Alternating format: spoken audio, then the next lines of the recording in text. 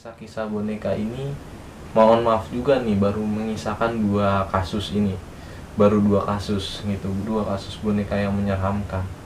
Boneka mana yang menurut kalian paling seram? Boneka pada umumnya terkenal dengan bentuknya yang lucu dan menyenangkan, tapi ternyata di dunia ini ada beberapa boneka yang menyeramkan, yang dikenal menyeramkan seperti Annabelle, Chunky, dan beberapa kisah misterinya juga dikaitkan dengan boneka.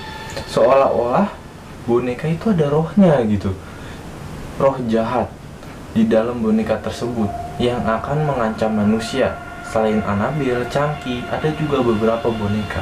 Nah, terutama boneka ini, boneka Robert the Doll, yang dikenal memiliki kutukan sehingga tidak ada yang berani memegangnya. Siapapun yang berani memegangnya, maka akan mengalami hal-hal yang sial.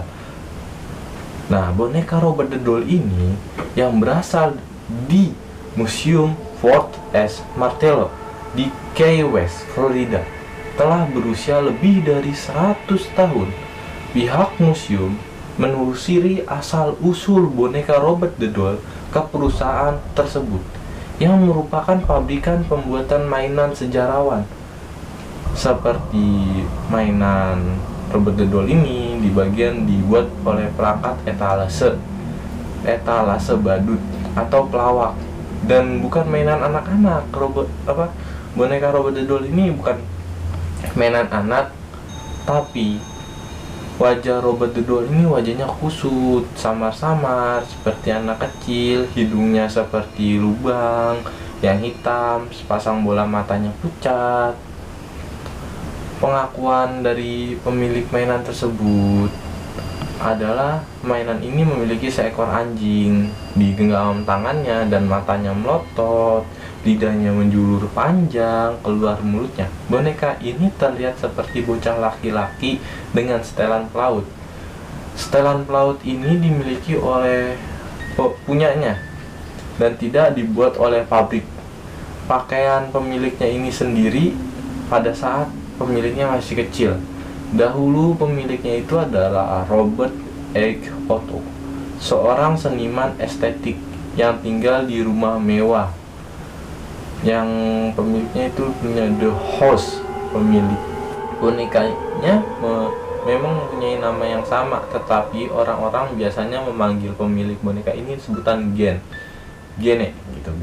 Boneka ini adalah hadiah ulang tahun untuk Gen di masa kecil dari kakeknya, yang dibeli pada perjalanan menuju ke Jerman. Hubungan Gen dengan Robert berlanjut hingga dewasa, tapi ternyata keduanya memiliki seperti kaitan hubungan yang tidak sehat. Gen membawa bonekanya kemana-mana, mengajaknya bicara, seolah-olah Robert ini bisa bicara, menanyakan sebuah pertanyaan-pertanyaan. Dan anehnya, boneka ini memiliki kayak orang menjawab pertanyaan gitu lah. Boneka ini jelas tidak berbuat apa-apa. Boneka nggak bersalah, tapi disalah-salahin sama Gen saat masih kecil. Konon ini menjadi sebuah sumber kutukan pada bonekanya itu. Nah, pada memperlihatkan orang-orang di sekitar juga memperlihatkan suatu hal-hal aneh. Bahkan saat Gen sudah dewasa, Gen ini kemudian hari menjadi seniman yang merancang di galeri Museum Fort S. Martello dan berencana menjadikan rumahnya sendiri sebagai museum lengkap dengan cetakan lilin tangan, meskipun tidak sebagus atau semewah lilin-lilin yang lain gitu ya. Gen meninggal pada tahun 1974. Setelah kematian Gen, rumah The Arts House dibeli oleh Marty Reuter, yang sekaligus juga menjadi pemilik baru boneka Robert ini. Robert ini berlaku aneh, seolah-olah bonekanya menjadi hal yang biasa bagi orang-orang menemaninya setelah kematian Gen.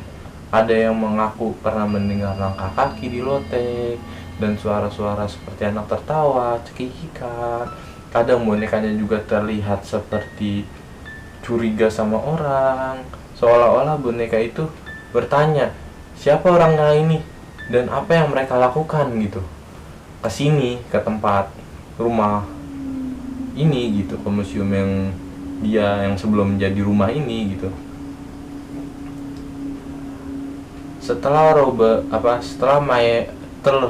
tidak tiada, boneka ini ditaruh di museum dengan kaca pelindung yang rapat. Sekian lama boneka ini dianggap boneka berhantu atau berbahaya membahayakan pemiliknya. Yang berani mengganggunya pun bisa kena resiko sakit, kecelakaan, kehilangan, atau sial. Seorang petugas museum yang mengasuh boneka ini setelah Router pemilik sebelumnya meninggal dan ditaruh di museum, itu mengaku boneka ini tidak ada apa-apa gitu. Setahun sekali juga bonekanya itu dicek apakah masih layak gitu atau masih bagus, karena wilayah Florida tuh terkenal dengan cuaca yang ekstrim. Bonekanya juga kan sebelumnya juga dipenuhi oleh jerami, dan boneka ini dibuatkan website resminya. Banyak orang yang mengirim ke website tersebut beranggapan bahwa boneka ini menyukai makanan-makanan manis. Orang-orang yang datang sering membawakan permen, bahkan uangnya itu masih bisa dan ditaruh di museum juga. Tapi permennya nggak boleh dikonsumsi. Petugas museum yang menerima dan membaca email dari pengunjung email dari pengunjung itu dibacain sama petugas museum.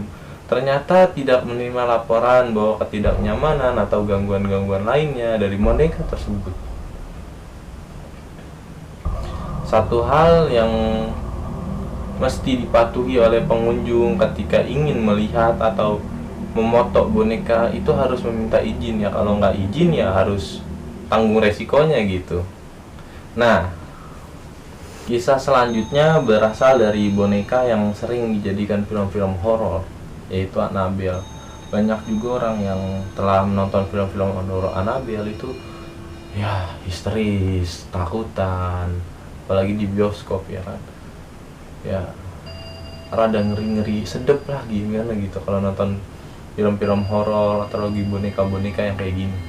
Nah, bagaimana kisah selanjutnya? Mari kita simak baik-baik. Kisah nyata Annabelle. Nah, berawal pada tahun 1970 ketika seorang perawat berusia 28 tahun mendapatkan boneka Raggedy Ann dari ibunya sebagai hadiah ulang tahun. Ia meletakkan boneka tersebut di tempat tidurnya. Namun ada yang aneh. Ia dan teman sekamarnya menyadari bahwa boneka tersebut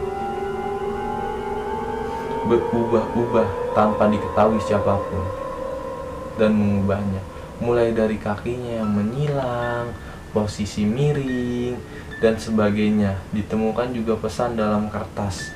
Ini pesan dalam kertas. Selembar kertas yang keluarganya tidak memiliki jenis kertas yang digunakan. Pesan tersebut bertuliskan, "Bantu kami, bantu saya atau bantu kami." Lama-kelamaan boneka pun mulai muncul di ruangan lain, tidak hanya berubah posisi di kamar atau tempat-tempat lain gitu. Terlihat ada titik boneka yang menyerupai darah yang bocor. Suatu hari ada seorang teman laki-laki yang tidur siang di rumahnya. Ia terbangun karena merasa tercekik. Saat membuka matanya, ia mendapatkan posisi boneka tersebut menatapnya.